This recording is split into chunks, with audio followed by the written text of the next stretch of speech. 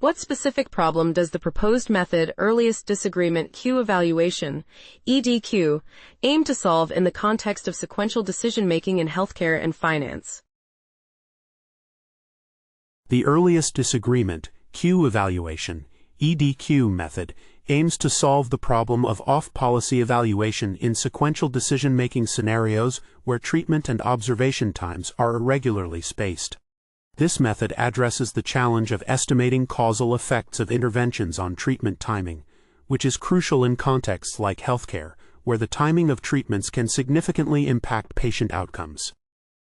EDQ is designed to evaluate the expected future outcomes when applying a target policy, allowing for interventions on treatment timings rather than just treatment types. By utilizing a model-free approach based on direct regressions and dynamic programming, EDQ effectively handles the complexities of irregularly sampled data, which traditional methods struggle with. The method's adaptability to high-capacity models, such as transformers, further enhances its applicability in real-world scenarios, making it a significant advancement in causal inference for sequential decision-making. How does the proposed EDQ method work? Illustrate the methodology step by step, including any novel components introduced in this algorithm. The Earliest Disagreement Q-Evaluation, EDQ method, operates by evaluating the expected outcomes of treatment policies in a sequential decision-making context with irregularly sampled data. First, it identifies the earliest time point where the observed treatment policy diverges from the target policy, allowing for a focused analysis on the impact of treatment timing. The algorithm then samples alternative treatment trajectories based on the target policy, using the observed history up to that point to inform decisions. A key novel component of EDQ is its adaptive look-ahead time, which adjusts based on the density of treatments in the trajectory, optimizing the evaluation process.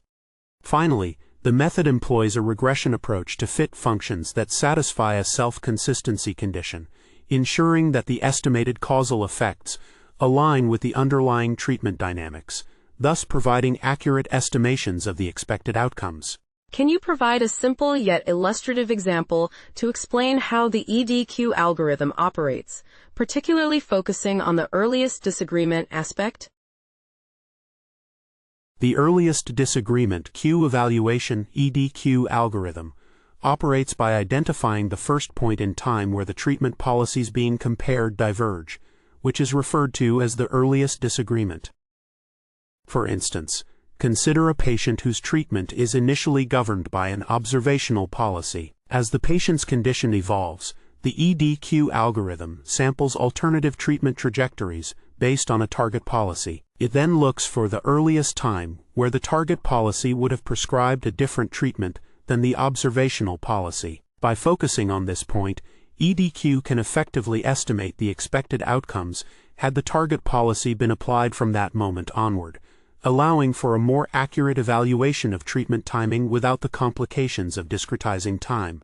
This adaptive approach ensures that the algorithm can efficiently handle irregularly sampled data, making it particularly suitable for complex decision-making scenarios in healthcare.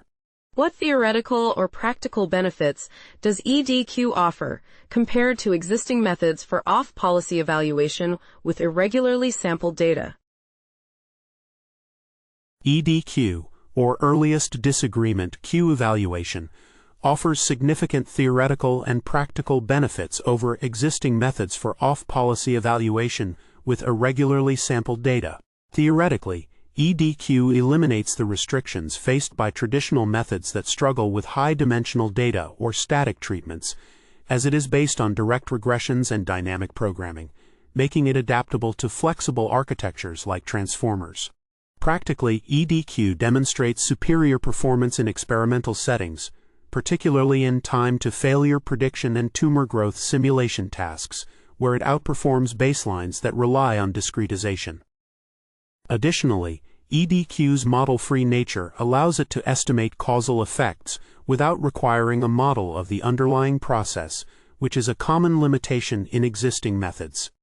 Overall, EDQ's ability to handle dynamic policies and irregular treatment timings positions it as a pioneering solution in the field of causal inference for sequential decision-making.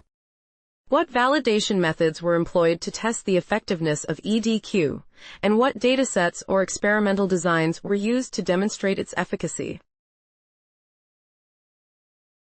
The effectiveness of Earliest Disagreement Q-Evaluation, EDQ, was validated through experimental demonstrations on two specific tasks: time to failure prediction and tumor growth simulation.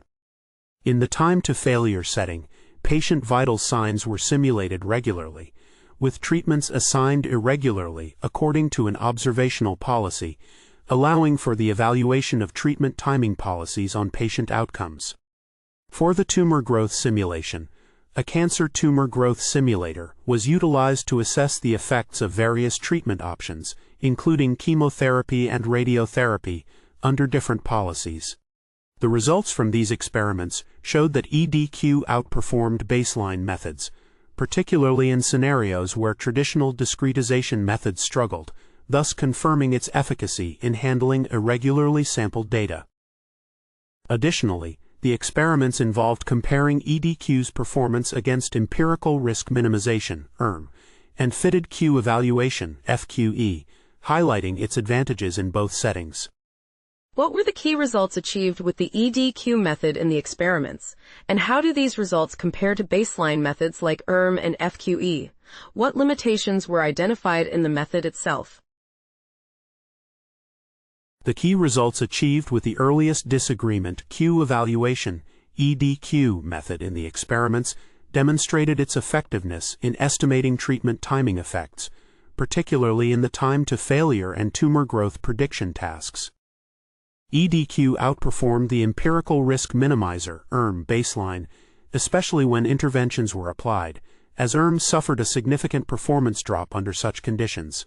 In comparison to the fitted Q-evaluation (FQE), EDQ showed advantages by avoiding the pitfalls of time discretization, which complicated the optimization process for FQE and led to noisy gradient signals. However, limitations of the EDQ method were identified, including its inability to handle censoring, which is crucial for reliable applications in survival analysis and real trial data. Future work aims to address these limitations and apply EDQ to larger real-world datasets.